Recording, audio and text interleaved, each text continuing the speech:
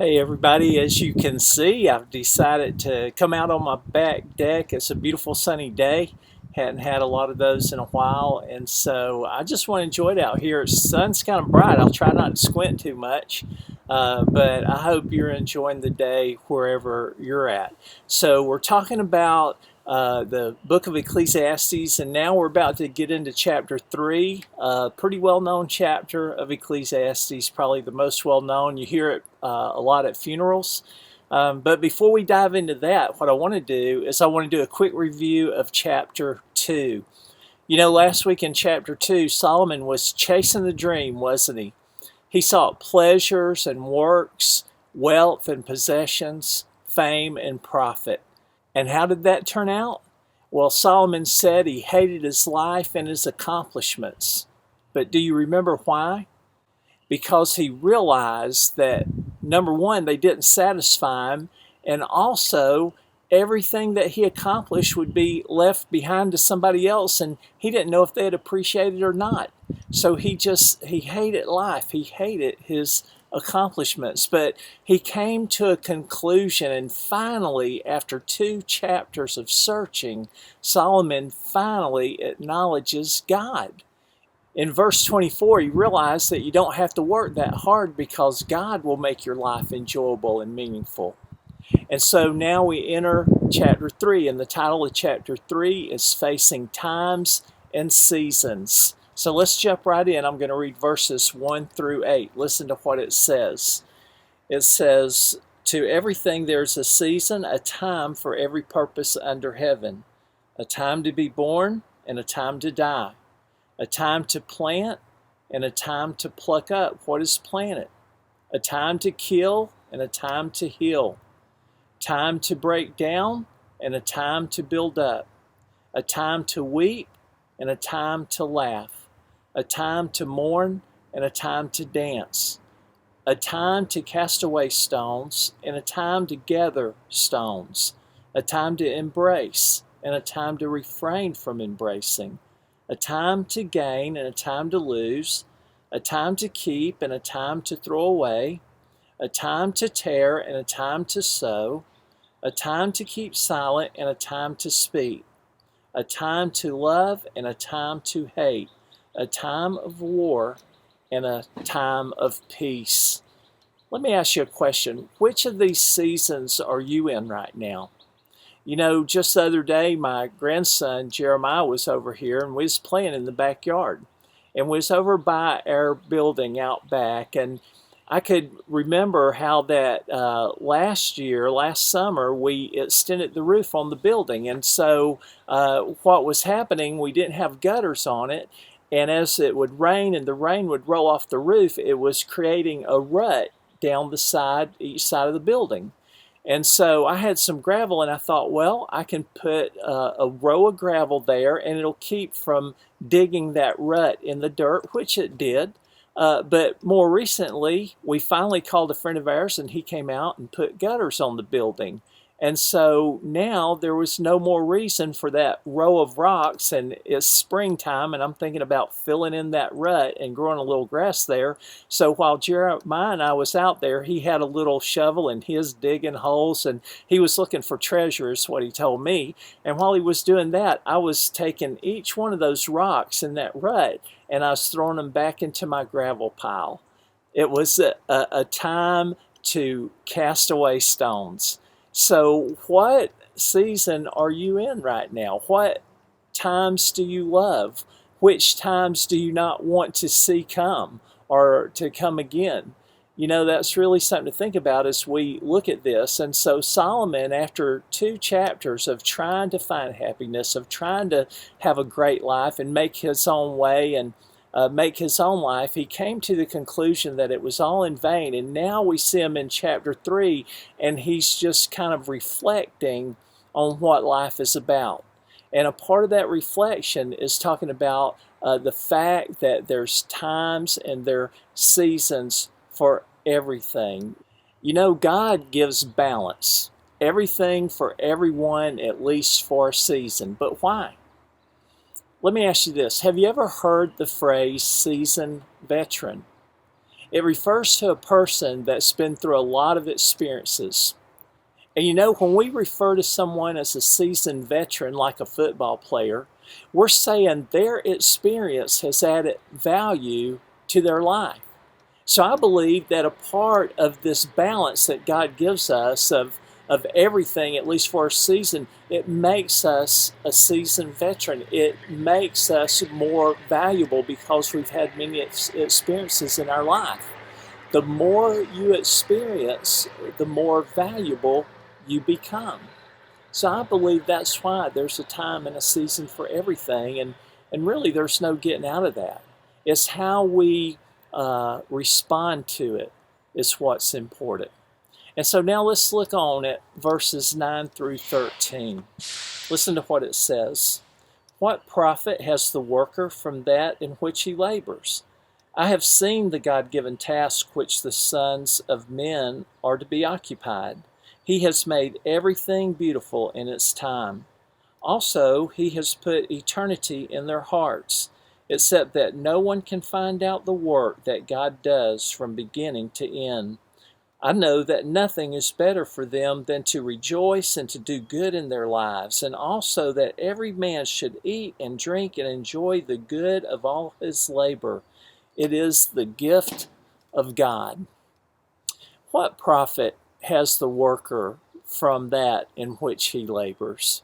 That's the question Solomon's asking in verse 9. What's the profit? Well, he says in verse 10 that the work keeps us occupied. Maybe you've heard that old phrase, an idle mind is the devil's workshop.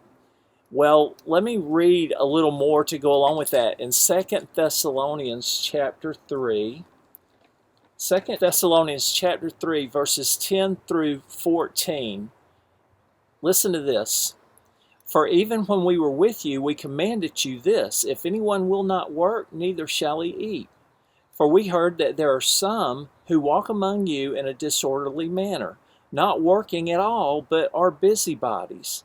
Now those who are such we command and exhort through our Lord Jesus Christ that they work in quietness and eat their own bread. But as for you, brethren, do not grow weary in doing good. And if anyone does not obey our word in this epistle, note that person and do not keep company with him, that he may be ashamed.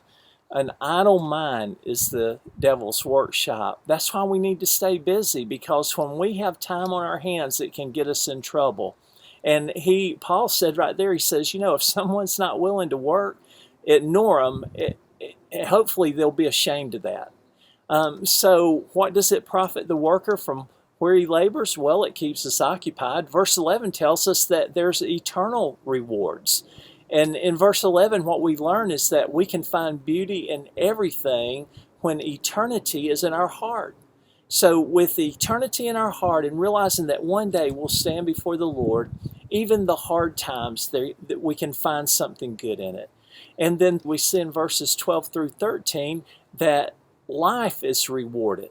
Nothing better, he says. Rejoice, do good, and enjoy. It's the reward of labor, and it's the gift of God. So what do we profit? Well, it keeps us occupied.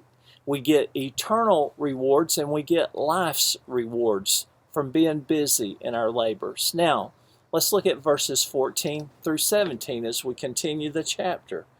I know that whatever God does, it shall be forever. Nothing can be added to it, and nothing taken from it. God does it, that men should fear before him.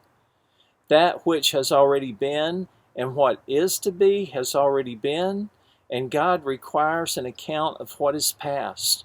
Moreover, I saw under the sun, in the place of judgment, wickedness was there, and in the place of righteousness, iniquity was there. I said in my heart, God shall judge the righteous and the wicked, for there is a time there for every purpose and for every work. Why do you think God allows the balance of good and evil?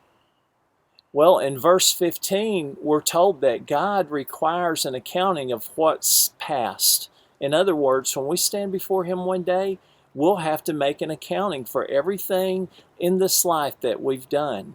And then in verse 17, it tells us that God shall judge the righteous and the wicked. So I believe God allows the balance of good and evil to give us free will where we choose how to live our life so that His judgment will be righteous. God is the righteous judge according to His own word.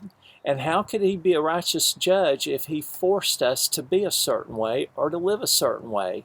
He has to give us free will so that we can choose freely whether we'll follow Him or not.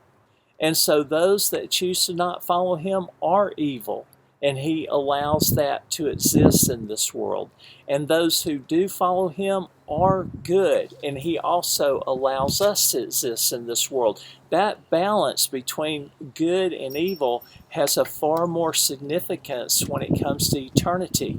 And one day we'll stand before Him and we'll be without excuse, according to what the Bible says. We'll have to answer for both the good and the evil that we've done.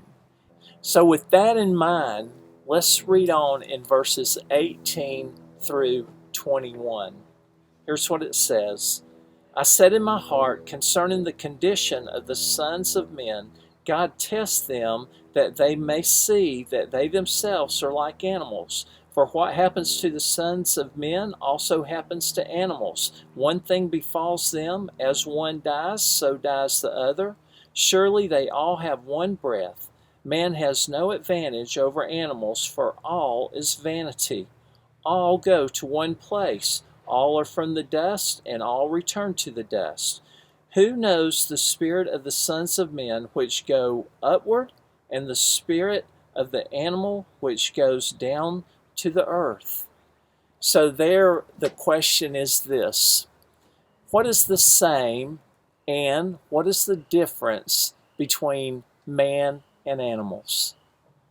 Well, we learned that everything that has a time and a season dies, but man's spirit lives on. It goes upward. One day, God will bring eternal beauty out of the dust of death. Now, that's comforting to me, and I hope it is to you too. So now, what are our conclusions? Well, let's look at Solomon's conclusion in verse 22. So I perceive that nothing is better than that a man should rejoice in his own works, for that is his heritage. For who can bring him to see what will happen after him? Did you get that? Nothing is better than a man should rejoice in his own works, for that is his heritage. So that was Solomon's conclusion. In other words, he's saying, while in your time and seasons, work on heritage and enjoy your work. Leave a legacy of faith for those following in your footsteps, your children, your grandchildren. That's your heritage. Enjoy life. Show them how to enjoy life. Leave that legacy to your children and your grandchildren. Now, let me ask you one final question before I'm done. And this hit me as I was going through this study, talking about the different seasons of life. What kind of season is it when someone is in need? I mean, think about the destitute, the hungry and the thirsty, the deprived, those that don't have the basic necessities of life. Maybe they're experiencing sickness or in some kind of prison mentally or physically. What kind of season is that? And let me ask you this. Do you know someone right now going through such a season? Well, if you do, then I want to invite you to follow the advice of verse 12, where it says to do good works. Listen, here's folks that are in need of good works, and you can do those good works for them. And also the advice of verse 22, to let good works be your heritage. Let that be your heritage. Ministering to those that are in need, ministering to those that are going through a difficult season. Because let's face it, there's a time and a season for everything, for everybody.